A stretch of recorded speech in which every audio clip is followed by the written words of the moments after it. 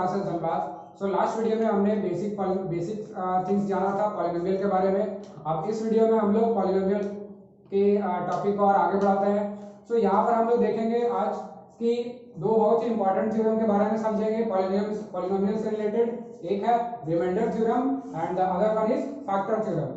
So before starting remainder theorem, let us understand a very important topic of polynomial division. मान लीजिए कि मेरे पास एक पॉलिनोमियल है, ठीक है. So first write this note. If px is a polynomial of degree n greater than equal to 1. बोलने का ये मतलब कोई एक ऐसा पॉलिनोमियल लेना है जिसका डिग्री जो होगा वो आइदर 1 या 1 से बड़ा हो.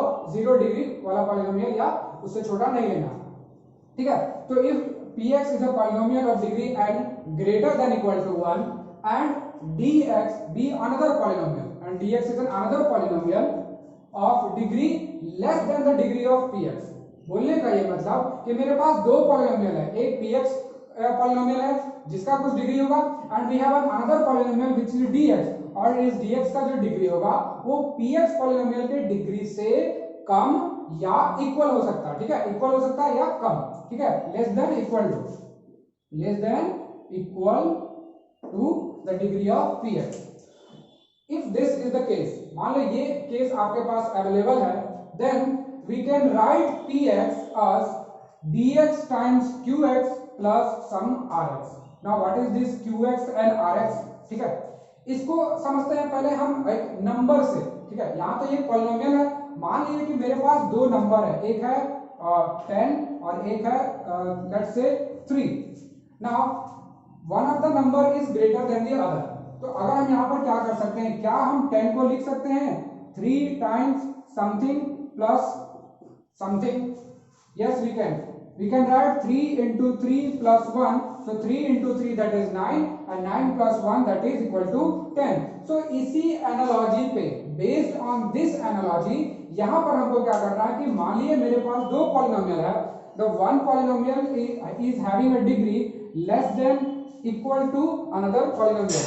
तो अगर हम इस dx पॉलिनोमियल से, ठीक है, अगर मान लीजिए कि ये जो dx पॉलिनोमियल है that is why I am taking this dx, this is called divisor polynomial.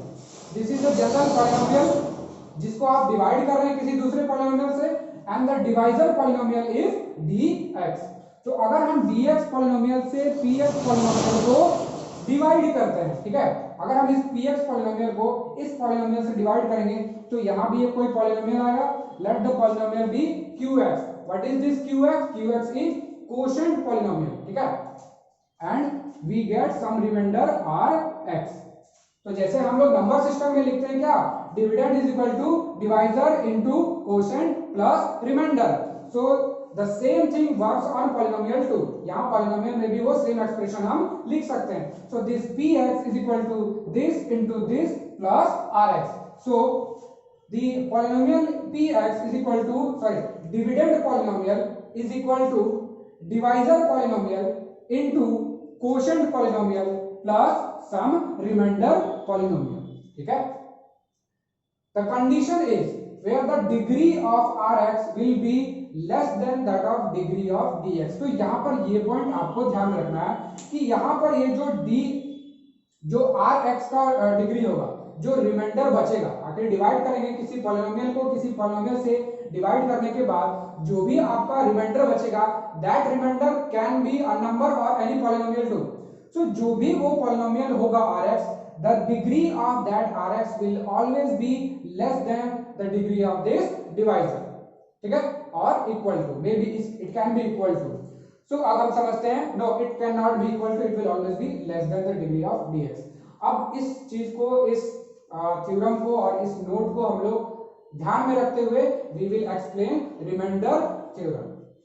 So remainder theorem इसी पॉइंट का, इसी नोट का एक पार्टिकुलर केस है जब मेरा जो dx है that is divisor polynomial is a linear polynomial. So if we omit this, तो यहां पर हम जो पॉइंट लिखने वाले हैं, the point is remainder theorem. Remainder theorem.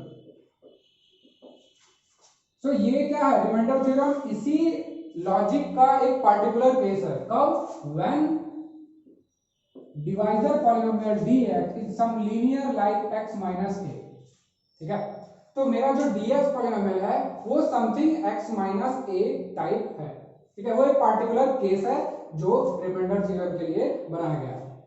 तो इसको हम लोग इसी एक्सप्रेशन को जब हम dx x माइनस है उसको लिखते हैं और उसके बाद हम समझते हैं what is actually the remainder theorem.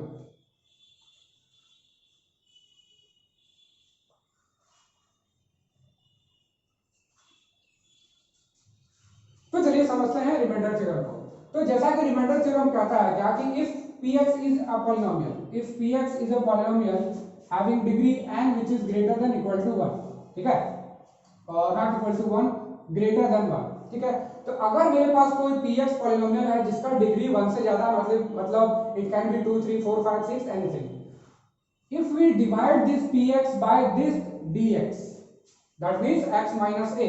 So according to this logic that we just wrote here, px can be written as x minus a times some quotient polynomial qx plus remainder.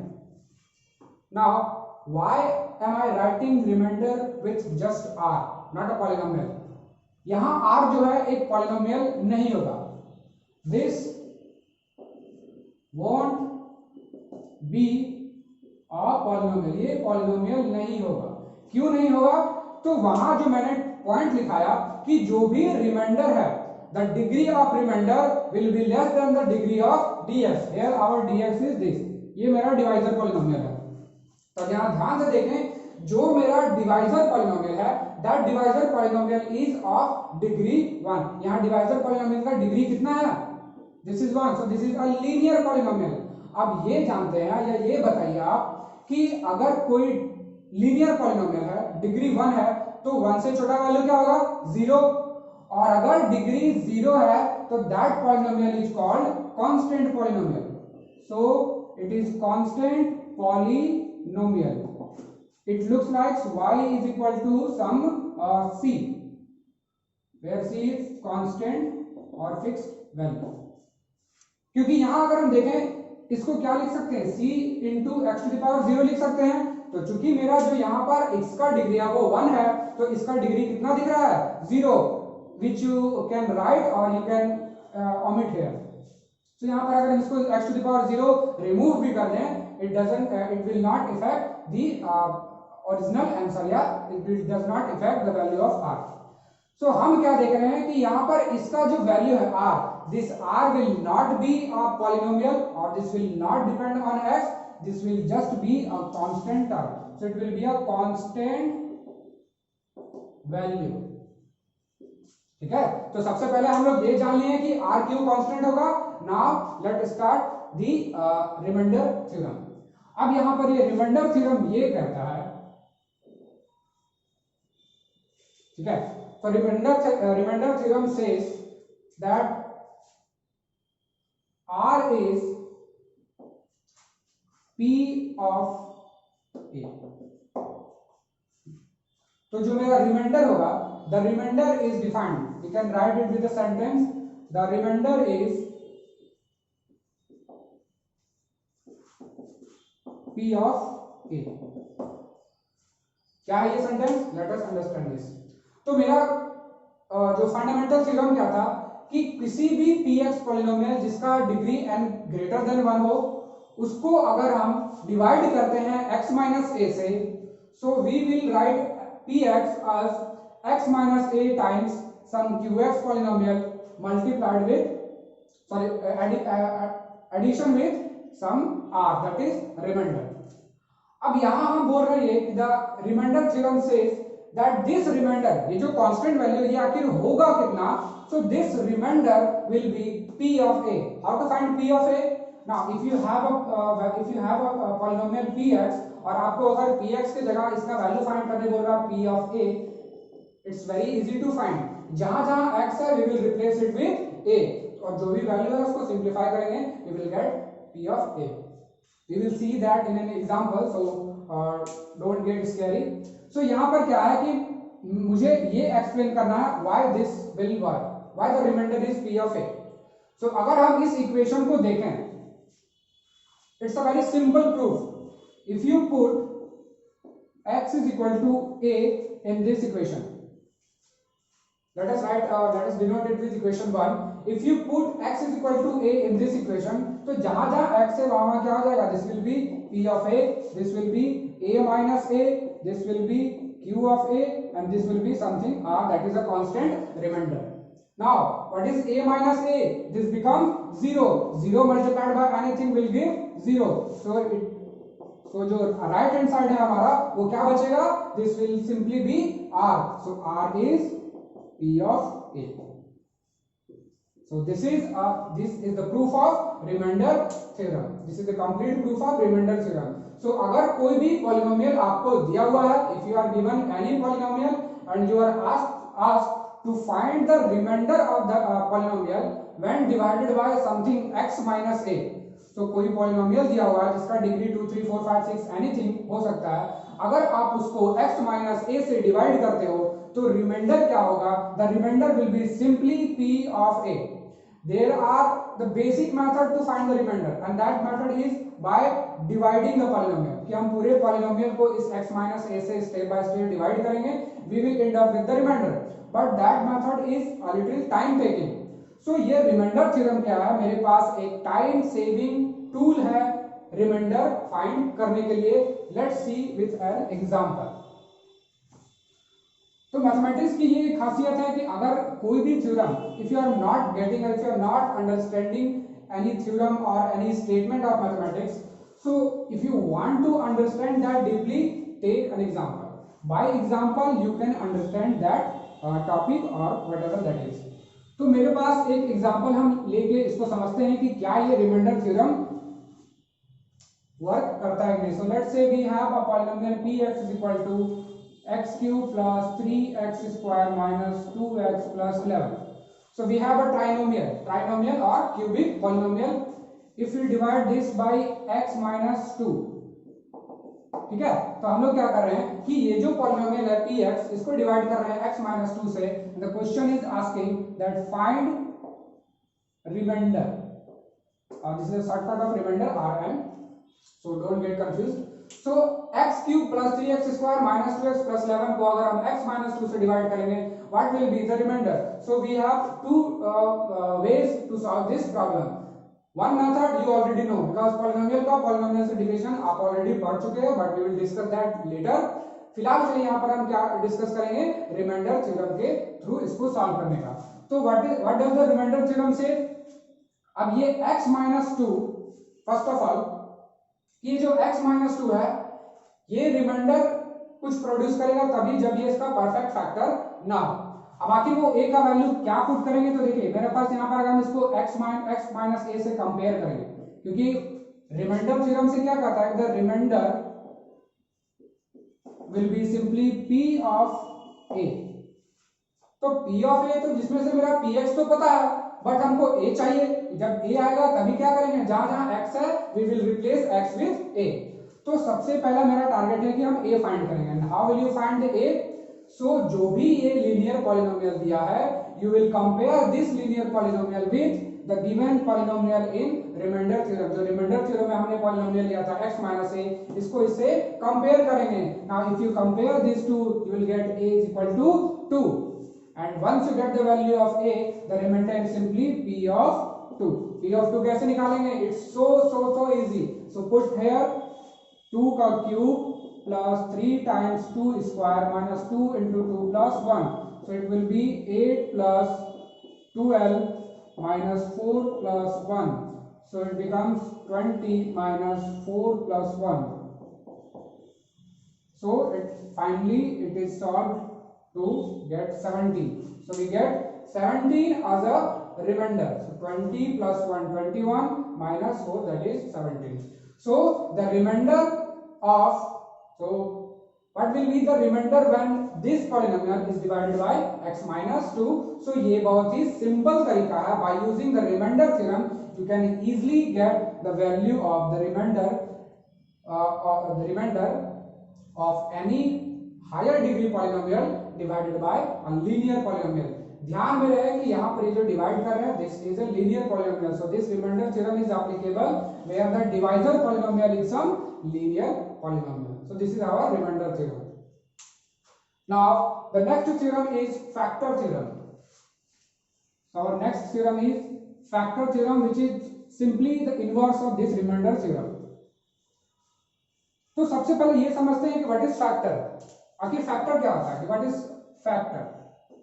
ठीक है, मान लीजिए कि मेरे पास एक number है 10, उसको हम डिवाइड कर रहे हैं 5 से, so we simply get 5 to the 10, that is remainder is 0, so our remainder part is 0. now if remainder is 0, what does it imply, ये क्या imply कर रहा है कि जो मेरा 5 है वो 10 का फैक्टर है, 5 is a factor of, ठीक है। तो फैक्टर बोलने का मतलब कि अगर कोई number, if any number is a factor of some another number, that means that number will divide the other number perfectly. अगर हम बोलते हैं कि 5 जो है वो 10 का फैक्टर है, दैट मींस 5 इसको परफेक्टली डिवाइड करेगा, रिमाइंडर क्या बचेगा, 0। सो दिस इज, और इसी एनालॉजी पे ध्यान रहे, what is the statement, analogy क्या है कि अगर कोई टर्म किसी का फैक्टर है, that means the remainder must be 0। ठीक है, बस इसी एनालॉजी को यूज करके we will understand factor theorem, but in this case we have not the numbers, we have polynomials. तो अगेन मान लेते हैं कि मेरे पास एक पॉलिनोमियल है px, which is written like p of x minus a times some qx plus r. now what, अगर मेरा जो फैक्टर थ्योरम है, the factor theorem says that if the remainder is 0, ठीक है, if the remainder is 0, so the statement is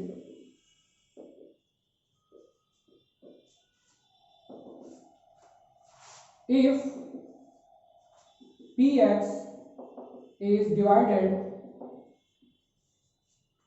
by x minus a and we get r, that is remainder, as we get the remainder as 0, then x minus a is a factor of given px. So what is the statement, if we have a px, कोई px कोई polynomial है, and we are dividing that px polynomial by some linear polynomial x minus a and the remainder is 0, we get remainder r is 0.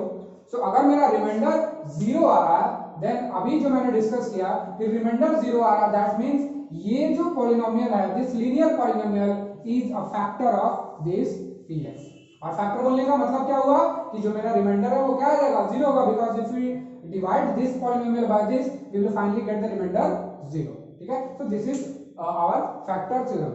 सो ये theorem क्या कहता है और what is the use of this theorem, कि अगर आपको कोई एक पॉलिनोमियल px दिया हुआ है, ठीक है, and you are asked to check whether x minus a is a factor or not.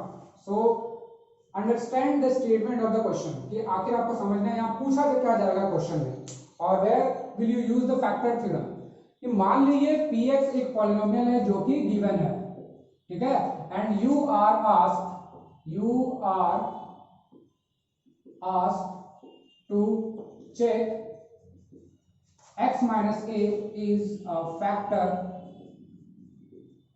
of px or not। मतलब जो x minus a है वो px का फैक्टर होगा कि नहीं, how will you check?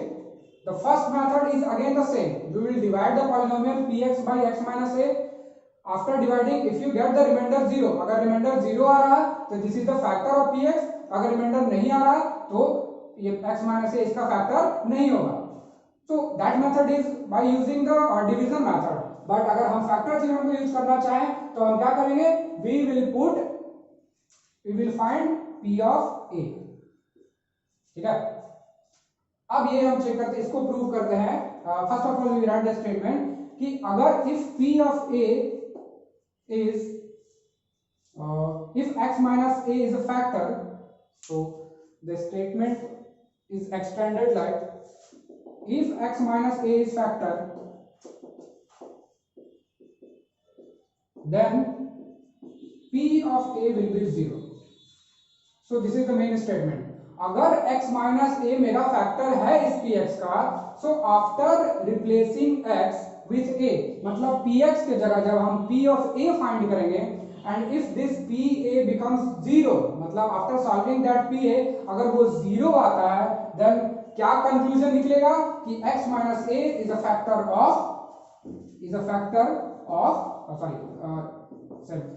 x minus a is a factor of px. और अगर x pa मेरा 0 नहीं होता तो if pa is not 0 then x minus a is not a factor of px. ठीक है, तो ये दो पॉइंट है जो आपको यूज करना है कि अगर कोई भी पॉलिनोमियल दिया हो और आपको चेक करना है, you are asked to check whether the x minus a polynomial is a factor of this px or not. So simply what you have to do is you have to find the value of pa. How will you get the value of a? Again, जो भी polynomial दिया है उसको x minus a से compare करेंगे, you will get the value of a.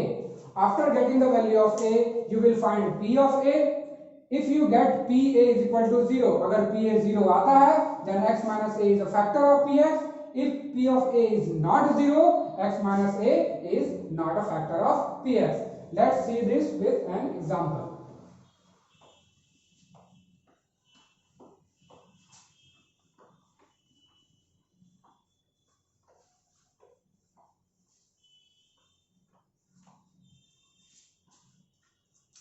मान लीजिए कि मेरे पास एक पॉलिनोमियल है px, that is x cube plus 3x square plus 3x plus 1.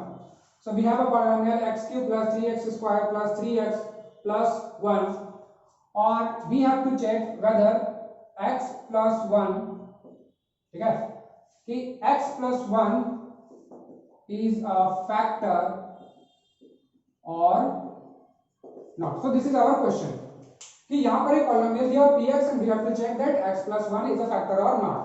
So first of all हमको क्या निकालना है, p of a, और p of a निकालने के लिए क्या चाहिए, we have to find the value of a. So compare it with x minus a.